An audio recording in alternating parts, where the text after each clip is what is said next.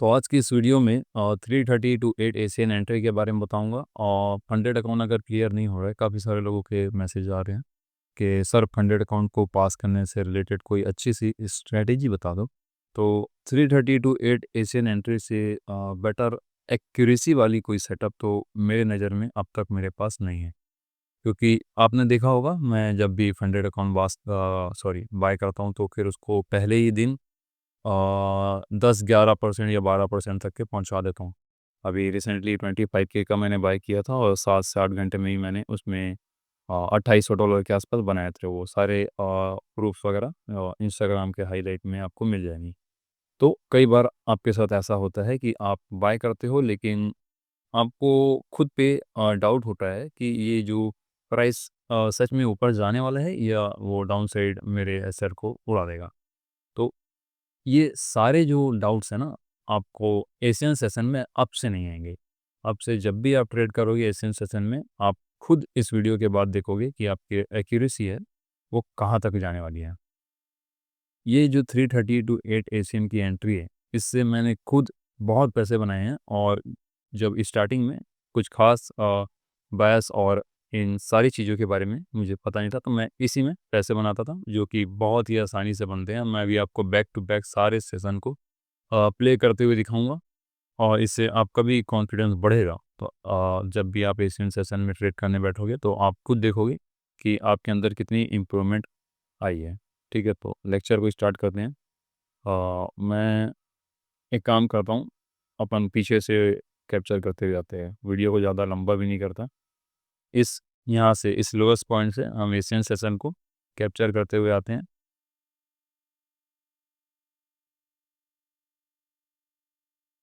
ठीक है, तो यहाँ पर एशियन सेशन स्टार्ट हुआ है। देखो, मैं पहले आपको बता दूँ, थोड़ा ड्राइंग में समझ लेते हैं। 30 सेकंड में ज़रा मैं इसको भी समझा दूँ।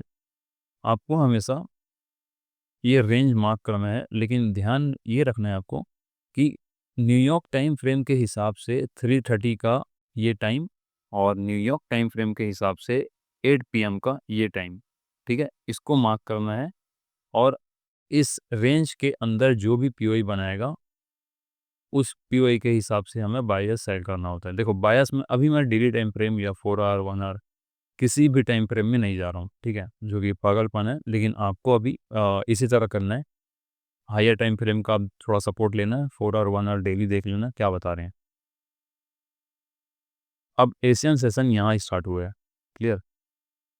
तो मैं पहले अपना जो 3:30 टू 8 वाला जो जोन है उसको मार्क कर लेता हूँ।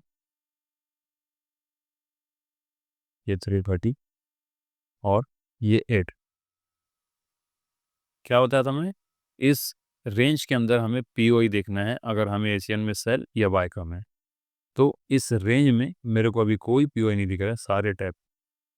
तो बाय के लिए भी नहीं है, सेल के लिए भी नहीं है। तो अब मैं क्या करूँगा? मैं वेट करूँगा। अगर आप 5 मिनट के टाइम फ्रेम में जाओ, फिर यहाँ पर कोई ऑर्डर वर्क है, वो भी कर सकते हो। लेकिन मैं 15 मिनट के टाइम फ्रेम को ही ज़्यादातर लेता हूँ। तो यहाँ पर मेरे को कोई पीओई नहीं मिल रहा है, लेकिन यहाँ पर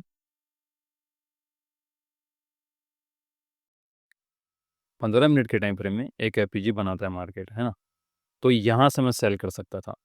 एशियन सेशन में आपको ये सोचना ही नहीं है कि यहाँ पर एपीजी बना है तो ये फेल हो जाएगा। नहीं, नहीं, नहीं। अगर वहाँ पर एपीजी बनाया है और नीचे कोई लेवल नहीं है, तो वो कंफर्म वहाँ तक के जाएगा। जैसे कि अगर यहाँ देखो, अब मैं इसको पीछे करता हूँ तो यहाँ पर मेरे पास दूर-दूर तक कोई स्ट्रक्चर नहीं है। तो आपको भी अगर समझ नहीं आ रहा है कि टारगेट मैं कहाँ तक के रखूँ, तो आपको सिंपल क्या करना है, अगर आप यहाँ से सेल करते हो, एसएल इसके ऊपर रखते हो, तो जो पहला टारगेट आप रखने वाले हो,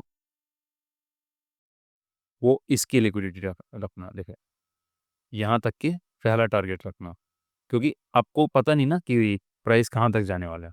और अगर आप सोच रहे हो ये पॉइंट कम है, तो यहाँ से अगर आप यहाँ तक देखोगे तो 130-140 पिप्स है बोर्ड में, है ना?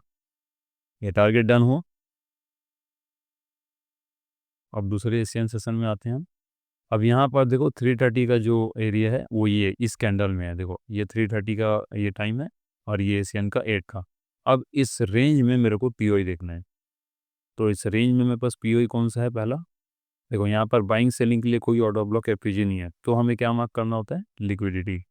तो यहाँ पर प्राइस ने इसकी लिक्विडिटी हंट किया, और अब सेल के लिए मेरे पास टारगेट क्या रखना है मेरे को। अब देखो यहाँ पर आपके पास एक ऑर्डर ब्लॉक था 15 मिनट के टाइम फ्रेम में, जो कि इसी कैंडल ने टैप कर दिया। देखो इस कैंडल ने इस ऑर्डर ब्लॉक को टैप कर दिया, और ऊपर कुछ वो जा नहीं पाया, और ये डाउन साइड आ गया। तो ये ऑर्डर ब्लॉक टैप हो चुका है, तो इसकी वैल्यू अब नहीं है, और यहाँ पर नीचे कोई ऑर्डर ब्लॉक नहीं है। तो हम टारगेट के लिए क्या प्लान करेंगे, ये लिक्विडिटी। ठीक है, ये लिक्विडिटी पॉइंट हमारा टारगेट होगा। तो एशियन स्टार्ट होने से पहले इसकी हाई की लिक्विडिटी हंट होता है, और उसके बाद ये सेल इजी आपको मिल जाता है, क्योंकि यहाँ पर कोई रोकने वाला पीओ नहीं रहा। ठीक है, एशियन स्टार्ट होने से पहले हाई की लिक्विडिटी, और उसके बाद ये सेल। और अगर मैं एग्जांपल आपको दिखाऊं, जो हम प्ले कर लिए हैं उसको मैं रिमूव कर देता हूँ। अब यहाँ पर 332.8 का मैं एरिया मार्क कर लेता हूँ।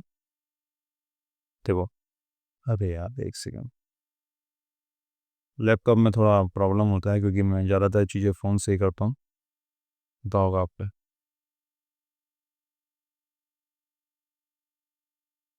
देखो ये 332.8 का ये बॉक्स है, इसमें हमें पीओई देखना था, तो पीओई तो था नहीं, तो हमें इस लिक्विडिटी को मार्क करते हैं। प्राइस ने इसकी लिक्विडिटी को हंट किया, एशियन स्टार्ट होने से पहले ही हंट कर लिया, तो ये तो पता चल गया कि एशियन इसके हाई को लेने वाला है। तो इसको भी मैं अभी रिमूव कर रहा हूँ फिलहाल। इसका हाई हमारा टारगेट था, और ओवरऑल ये एफईजी और लंदन हाई की लिक्विडिटी, और आप देखोगे तो प्राइस ने उन दोनों को ही डन कर दिया। देखो यहाँ पर एक ऑर्डर ब्लॉक था,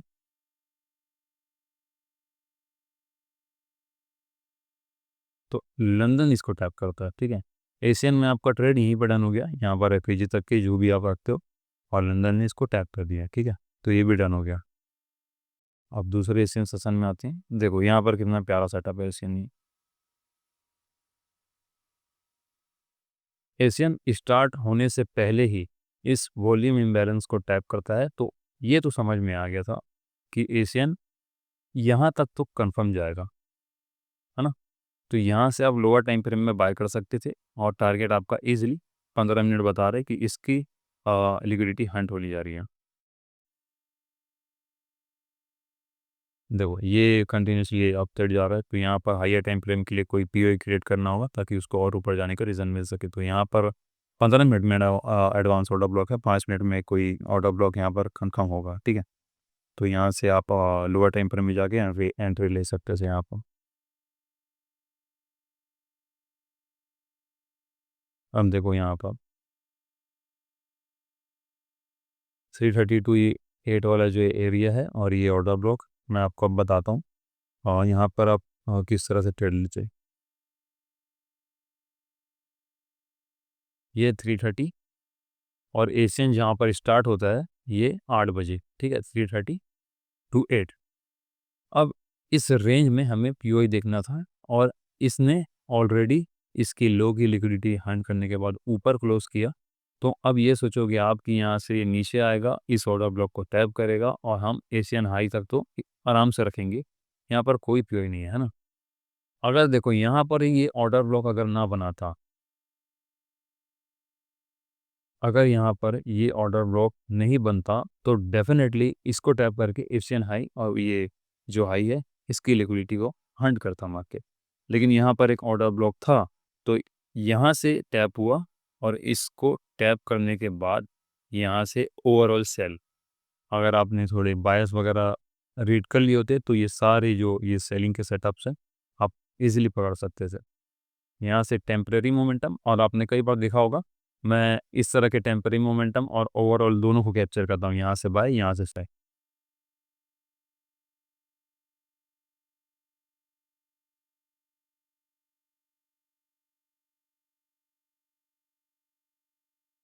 अब यहाँ पर मैं अगर 330 का जो एरिया है वो मार्क करता हूँ, और ये 330 to 8 ये दोनों, अब इस रेंज में मेरे पास पीओई कौन सा निकल के आ रहा है,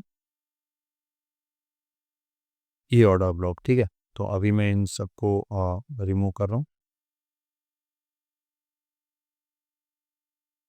ये पीओई है जहाँ से मेरे को बाय करना है। तो प्राइस यहाँ पर आता है, रिजेक्शन वगैरह लेता है और यहाँ से बाय होता है। और इस ऑर्डर ब्लॉक एफईजी तक के भी अगर मैं टारगेट रखता तो ये काफ़ी था मेरे लिए। एक सेकेंड, उसके काम, अगर मैं यहाँ कहीं से लोअर टाइम फ्रेम से बाय करता तो यहाँ पर 100 पिप्स के आसपास कुछ है, ठीक है। और यहाँ से सेल और यहाँ से फिर बाय, है ना, क्योंकि एशियन हाई जाना मुश्किल है यार। अब मैं उसमें बायस, खैर छोड़ो, मैंने आपको बता दिया कि बायस को थोड़ा ध्यान में रखते हुए ट्रेड करना है, ठीक है। अभी ट्रेंड जो है डाउन चल रहा है, देखो अगर मैं आपको दिखाऊं, देखो यहाँ तक के डाउन, अब यहाँ से ओवरऑल अप। अब ये लाइव मार्केट है, इसके आगे का डेटा नहीं है, है ना। कहाँ से अपन यहाँ, तो यहाँ से टेम्प्रेरी बाय हुआ, फिर सेल हुआ, और ये जो ऑर्डर ब्लॉक था, टैप करना था उसको टैप कर लिया, और ये जो एशियन लो की लिक्विडिटी थी इसने हंड कर लिया। तो यहाँ पर एशियन में आपका ट्रेड कैसा बना, या तो आप यहाँ से बाय कर लेते, या तो आप यहाँ से सेल करते, यहाँ से इस ऑर्डर ब्लॉक से, और ये जो एशियन लो की लिक्विडिटी है वो वहाँ तक के आप इजीली पकड़ सकते थे उसको, ठीक है। और अगर लोअर टाइम फ्रेम में आप जाओगे और फिर यहाँ 5 मिनट का डिस्प्लेसमेंट देखोगे तो फिर वो गड़बड़ हो जाएगा। हमेशा 15 मिनट के टाइम फ्रेम में ही करना है आपको सारी चीज़ें, वरना फिर प्रॉब्लम हो सकती है ना। देखो यहाँ से आपको सेल करना था,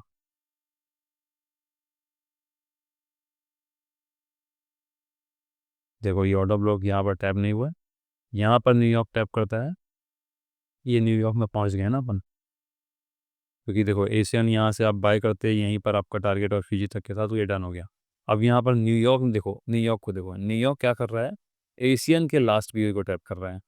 और अक्सर बड़ा जो मोमेंटम है न्यूयॉर्क और ये लंदन में, इन दो ही सेशन में ज़्यादातर बड़ा मोमेंटम आता है।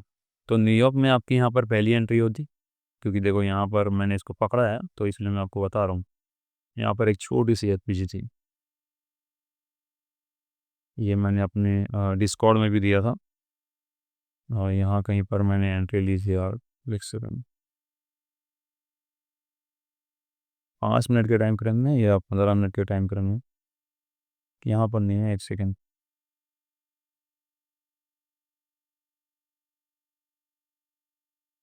ये आई थिंक यही है यार, एक सेकंड, ये डेट वगैरह मार्क कर लेना। लैपटॉप में पता नहीं यहाँ पर गैप इम्बर, यहाँ पर एफईजी है, यहाँ पर एफईजी है, लेकिन लैपटॉप में शो नहीं कर रहा है। याद है मेरे को यही स्ट्रक्चर है जो मैंने कैप्चर किया था, 300 पिप्स के आसपास टारगेट था जो मैंने डिस्कॉर्ड में दिया था। देखो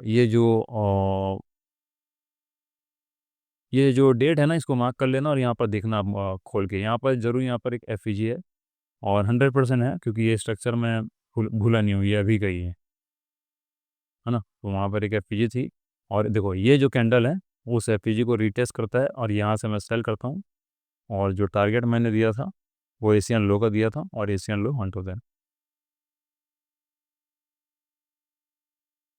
ठीक है। तो ये एक और एशियन सेशन, देखो इसमें मैं सेल किया था, तो मैं आपको बता देता हूँ मैंने सेल करने का रीज़न क्या था।